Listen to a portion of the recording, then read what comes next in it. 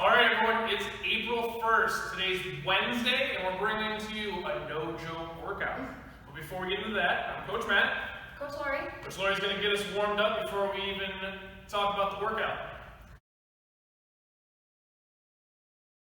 All right, today's warm-up is an 8-minute AMRAP, and our first movement in this 8-minute AMRAP is going to be a 30-second hollow hold. So, lower back is going to be the only thing touching the floor. This is our R.I.S.E version of the hollow hold. His feet are about 6 inches off the floor, arms are overhead. If this is too difficult, he can bring his arms out front, or he can hold the armadillo pose. 30 seconds there. After he spends 30 seconds in the hollow, he is going to go ahead and go for a 200-meter jog. If it's raining or you don't want to jog, you can go ahead and go for 10 burpees. Remember, this is 8 minutes.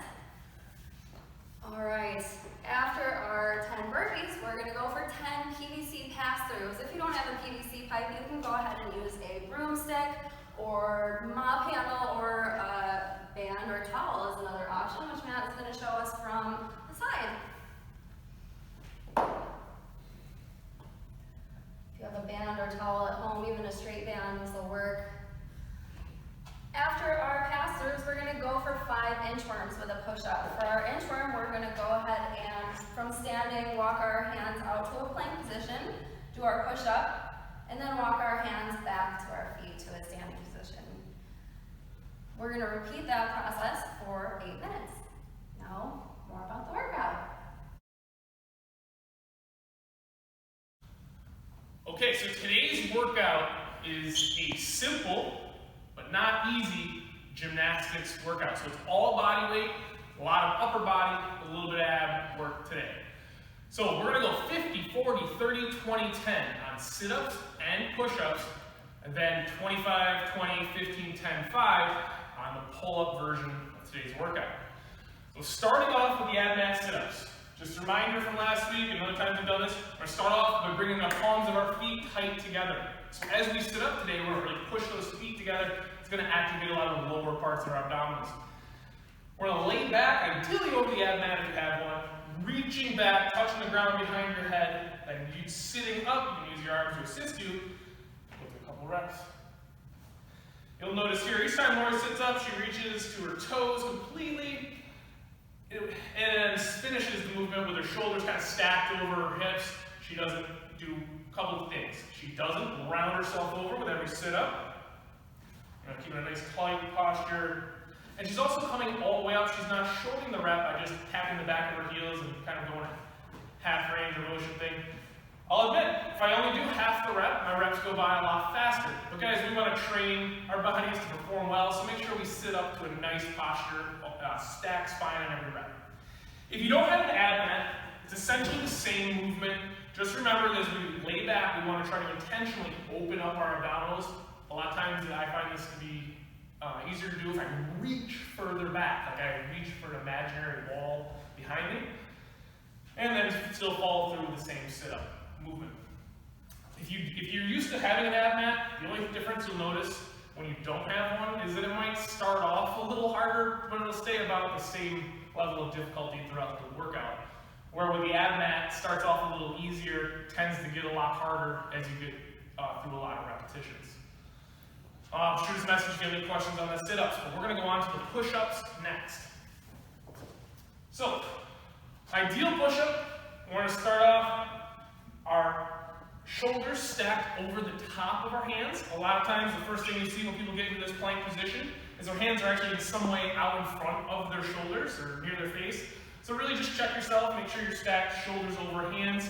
Obviously a tight midline, we want our ankles, hips, shoulders running in a nice straight line. So Lori's going to let herself drop down to the ground, make her chest making some form of contact with the ground, and pressing back out, nose. Great. So, obviously some of you might not have a ton of push-ups, let alone 150. You can relax for a second. One of the scales we can use today is called a hop, or a hand off the ground push-up. So, Lori comes all the way down that full range of motion, lifts her hands off the ground, and presses back through. Good. One more. Great. So what this is going to allow you to do is to do a full range of motion push-up where you actually train more of your chest. and we're going to go over why that's important in a second. But also, it'll allow the tension to relax so you can string together several more repetitions in a row. So if Lori does that hog one more time, one of the things we tend to see is if somebody goes to do a hog, the first thing they give out is their core. They come up kind of bend up, or they don't get all the way to the top. Yeah. So as we get to the bottom, we lift our hands off the ground. When we press our hands back to the ground, the first thing I do is brace our core and then try to press up together. So we're working as, we're one human 2x4 working as a unit. So, moving on. Do you want to do the, we're going to edit this. Yeah. Do you want to do the elbow position now or after the pull-ups? No, you might as well do it now for the push-ups as well too. Okay. Alright, sorry about that. Going over the elbow position. This is going to be the key part of making the most of your push-ups, especially for a lot of you ladies. A lot of us, a lot of people tend to keep their elbows tucked really tight when they're doing their push-ups. They think it helps them. And initially, it'll help, especially training up the triceps and stuff. But what happens when we do that is we start to take away from our chest. So we want to actually open our elbows up a little bit, about 45 degrees from our rib cage. Not all the way up, that would be bad for a different set of reasons, but not so tight that we're isolating out our triceps and stuff and negating our shoulder. If we keep our elbows about 45 degrees from our rib cage, we're going to get a nice balance between the shoulders, the triceps, and the chest muscles all working as a unit to help compress. If you can do that, it may be harder to start, but you will get better at push-ups over time by getting a better balance each time, okay? Let's go on to the pull-up. So, I want to just give a quick demo of a couple pull-ups. Assuming if you have a pull-up bar, you can do a good strict pull-up. Just remember to keep that core as tight as you can. Try not to look like a seahorse in the middle of the ocean, flailing around. The only thing for those of you who have a pull-up bar that might be trying to R.I.S.E the movement, you might need to break down the total repetitions because we want to get our pull-up sets done about 3, no more than 4 sets total. So if I'm doing 25 pull-ups, I'm doing about sets of 8-ish reps, and we need to be able to kind of hold that throughout the duration of the workout. So, as far as scaling it, if you have anything to hang from, whether it be rings, or a bar, or any other form of object, we're going to look at how we do it. Hang it back, pulling it, pressing down into the rings, the ring rows. If Lori wants to make the ring row harder, she'd bring her feet forward, she'd be more closer to the ground. That just makes it more difficult. Keys where we see people go wrong. They start off in a hanging position, but they're slouching in the back. So they're kind of rounded here, the shoulder blades aren't active. So the first thing Lori wants to do is pull those shoulder blades down tight. So just like we covered with the push-up, now her shoulders, hips, and ankles are all stacked in a straight line.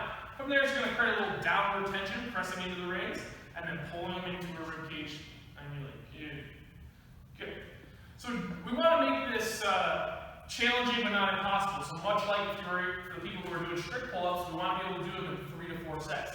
So that might mean for some of you bringing it a little close, down closer to the ground, making that ring row a little bit harder. Going another version could be any type of bar pull movement, same concept. She's going to get her ankles, but shoulders all stacked in a straight line, shoulders pulled active, and pulling her torso into the bar. And just like the rings, you can make yourself lower or make it more difficult by pulling yourself lower to the ground. Good. And then if you have no options, there's nothing that you can safely and practically pull yourself on at home, we can go into a bent over row type of a movement. So the first thing we want to do is get our body ideally parallel to the ground. We want to maintain a nice tight flat back, active shoulders, just like we would in the push-up. The dumbbells, if you use dumbbells or kettlebells, we're going to go in a prone position, or the same grip you'd have when grabbing a barbell. So chin tucked, knees down, and stand low to the ground. So ideally, as you're as you're pulling the dumbbells in, you're pushing your chest to the ground. So if you saw from the side, good. You'll notice here she's nice and tight, active, flat spine, throwing in. Good. So what tends to happen that we want you guys to avoid, no matter how tired you get today, is as people are doing these dumbbell or kettlebell rows, with each rep, as you get tired, people tend to stand up with each rep. They kind of pull in, and they pull in, they pull in, so you're practically doing an upright row. And that's going to be a real important part of getting the most out of this. Make sure you stay parallel to the ground, drive your chest down as you pull through. Otherwise, you kind of do an upright Yates row, which is a movement. It's just not the movement we want to use today to replicate pulling like we would on a pull-up or the ring row. All right, take some time to get some warm-up sets in. Just finish stretching on anything additional, and then we'll come back for the strategy. All right, guys, so like I said before, this is a simple workout, but if it's done well, it won't be easy. So that means, as we go through the sit-ups, making sure we have a nice tall posture, keeping our core engaged, full range of motion on every repetition. Same thing with the push-ups, so make sure we're going through full range of motion using our chest. We're getting full lockout every time. Keeping our elbows in the proper position to get the most out of every rep. And then with the pull-ups, same thing. Active shoulders, tight core, pull through to the body.